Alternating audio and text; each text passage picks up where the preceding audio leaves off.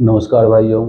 आज के safety professional interview classes में चैप्टर 19 अध्याय 19 है supporting device of lifting machine part 3। Lifting machine में क्या क्या सपोर्ट करने वाले डिवाइस होता है उसके बारे में आज डिस्कस करने वाला हूँ। इसका 7वां क्वेश्चन है, व्हाट इज एनीमोमीटर। एनीमोमीटर क्या होता है? तो it is indicating the wind speed and wind direction. It is kept above boom in wheel running. किसी भी लिफ्टिंग मशीन में हवा की जांच पड़ताल करने के लिए, हवा के स्पीड को पहचान करने के लिए, हवा के स्पीड को देखने के लिए जो भी क्रेन हो, क्रेन सबसे ऊपर में एक व्हील लगा हुआ रहता है, चक्री टाइप का लगा हुआ रहता है। ये टावर क्रेन में भी होता है और बड़ा बड़ा जो भी क्रेन है सब में ये पाया जाता है। तो ये व्हील जो है ये हवा का स्पीड बताता है, जो कितना गति से हवा आ रहा है, और दूसरा इसमें ये बताता है कि हवा किस ओर से आ रहा है। इसमें सेफ्टी डिपार्टमेंट के लिए अगर 50 मीटर तक बूम है तो 40 से अधिक स्पीड हवा होने पर उसको ट्रेन को बंद कर देना चाहिए काम करने से। और अगर 50 मीटर से अगर 100 मीटर बूम है, बूम लेंथ है, बूम की लंबाई है, तो उसे 40 के स्पीड के अंदर ही उसको बंद कर देना चाहिए। और तीसरा परिस्थिति है, अगर 100 मीटर से 150 मीटर बूम का लेंथ है, लंबाई है, तो हवा का स्पीड जो है 30 किलोमीटर प्रति घंटा की स्पीड से अधिक होगा तो क्रेन को काम करने से रोक देना चाहिए। इसी को एनीमोमीटर बोला जाता है। एनीमोमीटर। 8वां सवाल है, व्हाट इज होस्ट। ये होस्ट क्या है? तो it is use to raise and lower load in a vertical direction. Example motor, drums, wire rope and hook etc.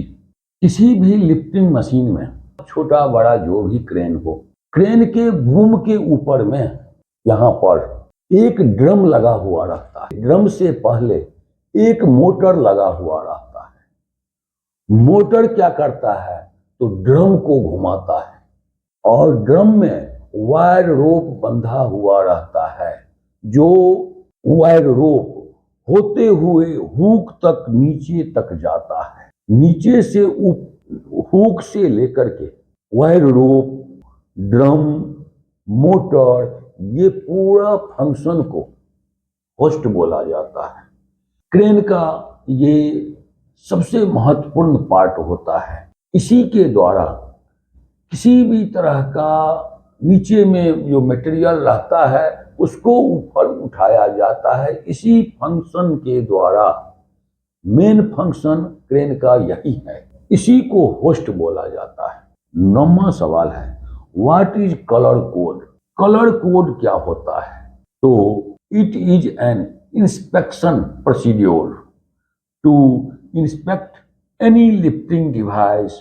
It is called colour code. Colour code एक किसी भी lifting tools या टेकल्स, lifting tools हो गया, machine हो गया, और lifting टेकल्स हो गया, आपका रिगिंग इक्विपमेंट हो गया। तो किसी भी लिफ्टिंग टूल्स और टेकल्स को जांच पड़ताल करने का यह एक ऐसा प्रोसेस है जिसके द्वारा जांच पड़ताल करने के बाद ये सेफ्टी डिपार्टमेंट की तरफ से जो कलर किसी भी लिफ्टिंग टूल्स एंड टेकल्स को जांच पड़ताल करने के बाद ये सही है तब कलर कोडिंग कर दिया जाता है। और कहीं भी सेफ्टी डिपार्टमेंट होगा, अगर उसको देख लेगा अलग से कलर किया हुआ तो समझ जाएगा कि ये इक्विपमेंट, ये टूल्स टेकल्स फुल्ली ओके है। यह एक पहचान करने का अच्छा तरीका है। ये कलर कोड क्वार्टरली 3-3 महीना पर बदलते रहता है। अभी का कलर कोड ब्लू है और आगे अक्टूबर नवंबर दिसंबर में बदल जाएगा, तो उसी को कलर कोड बोला जाता है। 10वां सवाल है, व्हाट इज टीपीआई? टीपीआई का फुल फॉर्म होता है थर्ड पार्टी सर्टिफिकेट। तो third party is a approval agency by a state government.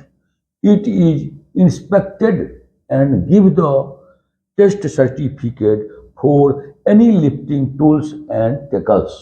Third party certificate जहां पर काम हो रहा है, जिस स्टेट गवर्नमेंट के अंदर काम हो रहा है, उस स्टेट गवर्नमेंट के अप्रूवल एजेंसी के द्वारा, सर्टिफाइड एजेंसी के द्वारा किसी भी लिफ्टिंग टूल्स एंड टेकल्स को हर एक तरह से जांच पड़ताल करने के बाद, लोड टेस्ट करने के बाद एक सर्टिफिकेट दिया जाता है। उसी को TPI certificate, third party certificate बोला जाता है। टीपीआई सर्टिफिकेट देने का मतलब है कि किसी भी लिफ्टिंग टूल्स एंड टेकल्स को जांच पड़ताल करने के बाद ये टूल्स टेकल्स फुल्ली 100% ओके है, उसका एक प्रमाण पत्र दिया जाता है। उसी को टीपीआई सर्टिफिकेट बोला जाता है। जैसे हम लोग किसी कॉलेज में पढ़ाई करते हैं, कोर्स करते हैं, तो कोर्स करने के बाद, एग्जाम लेने के बाद कॉलेज के तरफ से एक सर्टिफिकेट दिया जाता है कि आप इस क्लास में पास हो गए। वैसे ही इसका भी टीपीआई सर्टिफिकेट मिलता है, चाहे रिगिंग इक्विपमेंट हो कि लिफ्टिंग मशीन हो, दोनों में ये सर्टिफिकेट जांच पड़ताल करने के बाद दिया जाता है। 11वां सवाल हुआ, what is initial load test? Initial load test क्या होता है? तो it is initial load testing used to the lifting machine, lifting tools and tackles with host by a competent person at a manufacturing workshop. Initial load test यह किसी भी company के द्वारा किसी भी लिफ्टिंग टूल्स एंड टेकल्स को manufacturing करने के बाद उस कंपनी के कंपिटेंट पर्सन के द्वारा उस लिफ्टिंग टूल्स एंड टेकल्स को जांच पड़ताल किया जाता है और इनिशियल लोड टेस्ट किया जाता है, चेक किया जाता है कि हम जो ये इक्विपमेंट बनाए हैं, ये 10 टन का बनाए हैं, तो उसका कैपेसिटी 10 टन है कि नहीं। इसी को जांच पड़ताल करने के लिए इनिशियल लोड टेस्ट किया जाता है। ये मटेरियल फुल्ली हमारे मैन्युफैक्चरिंग के द्वारा जो किया गया, जिस आधार पर, वो आधार, उसका क्वालिटी का आधार जो है वो सब कंप्लीट है कि नहीं, उसी को इनिशियल लोड टेस्ट बोला जाता है। उसके बाद उस कंपनी से वो इक्विपमेंट, लिफ्टिंग टूल्स, टेकल्स बाहर भेजा जाता है, ये टेस्ट किया जाता है। और 12वां सवाल हो गया, what is mobile equipment? Mobile का मतलब है चलने फिरने वाला। मोबाइल इक्विपमेंट क्या होता है? तो this is equipment which can move one place to another place, like example crane, loader, JCB, फलाना etc.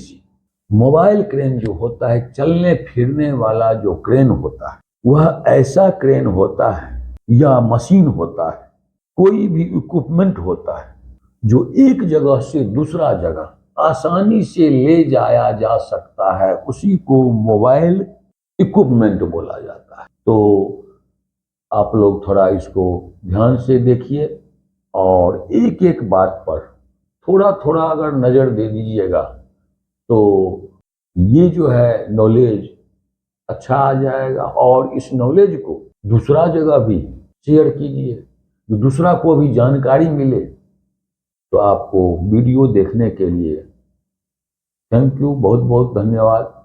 और वीडियो अच्छा लगे तो लाइक एंड शेयर करें, और अगर गड़बड़ लगे तो सलाह देकर, कमेंट में बताकर बात हमारे कानों तक पहुंचाएं, जो हम उसमें अगर सुधार करने वाला होगा जो, तो उसमें मैं सुधार करूँगा। ठीक है, थैंक यू।